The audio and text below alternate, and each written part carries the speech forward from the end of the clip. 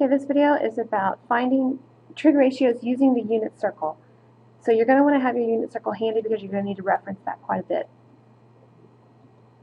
Alright, so for instance, finding the xy coordinate for a given angle. This should be simple if you have a unit circle. So example 1, if theta is pi over 6, you simply find pi over 6 on the unit circle, and those coordinates are your answer. So it's the square root of 3 over 2, 1/2. That's my answer. That's all I have to do. Example 2, what if it's negative 3 pi over 4? Now, what I recommend with the negative angles is find the positive version. It's like find the positive 3 pi over 4 in your unit circle. Here it is, positive 3 pi over 4. To get the negative version of it, I'm just going to flip across the x-axis and see what it matches.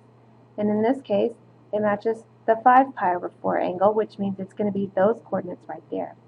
So it's negative square root of 2 over 2 and negative square root of 2 over 2.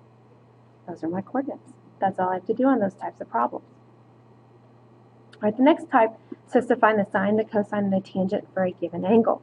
Now, before we jump into this problem, go back to how we created our unit circle.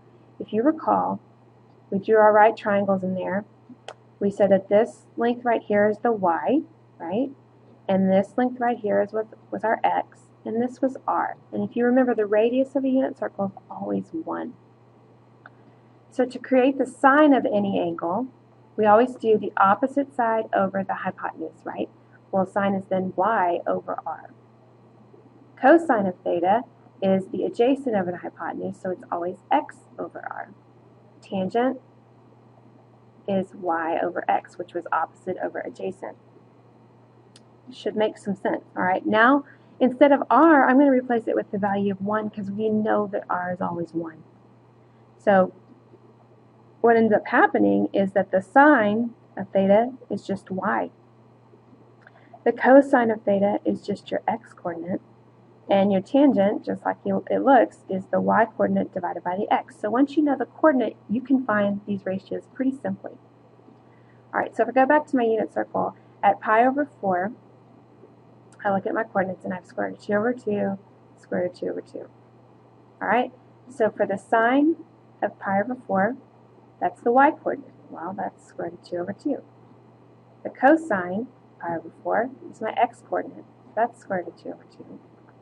The tangent, pi over 4, is this value divided by this. Well, notice they're the same thing, so that's going to give me a 1.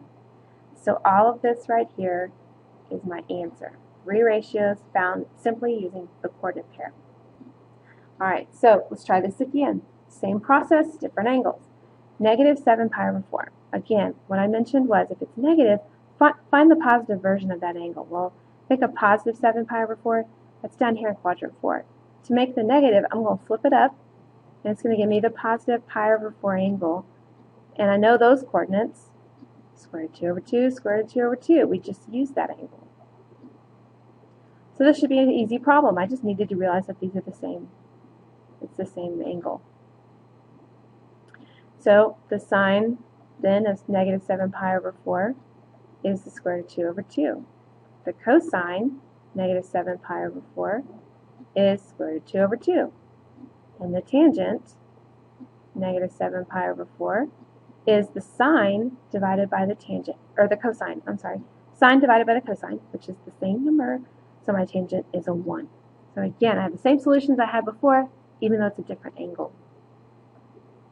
Example 5, if theta is negative pi over 6, well, where's positive pi over 6? It's right about here. If I flip this across the axis, it's going to be down here. And if you look at that, that's like 11 pi over 6. So your coordinates then are going to be square root of 3 over 2, negative 1/2. So now using that, I can find my ratios. The sine of negative pi over 6 is negative 1/2. The cosine of negative pi over 6 is square root of 3 over 2. The tangent, negative pi over 6, is negative 1/2 divided by the square root of 3 over 2. Now, remember, dividing fractions is keep it, change it, flip it. So keep the top, change it to multiplication, flip the bottom. The 2's cancel, and I end up with negative 1 over square root of 3. Of course, you have to rationalize this. It's not correct unless you rationalize. So I get negative square root of 3 over 3. There's my tangent. So sometimes the tangents require some work, but you'll get used to that. So what if you have to find all 6 ratios for a given angle? You're going to start the same way you started all these other problems. Look at the unit circle. What are the coordinates at 3 pi over 4? This should look familiar. We've done this one. Negative square root of 2 over 2, positive square root of 2 over 2.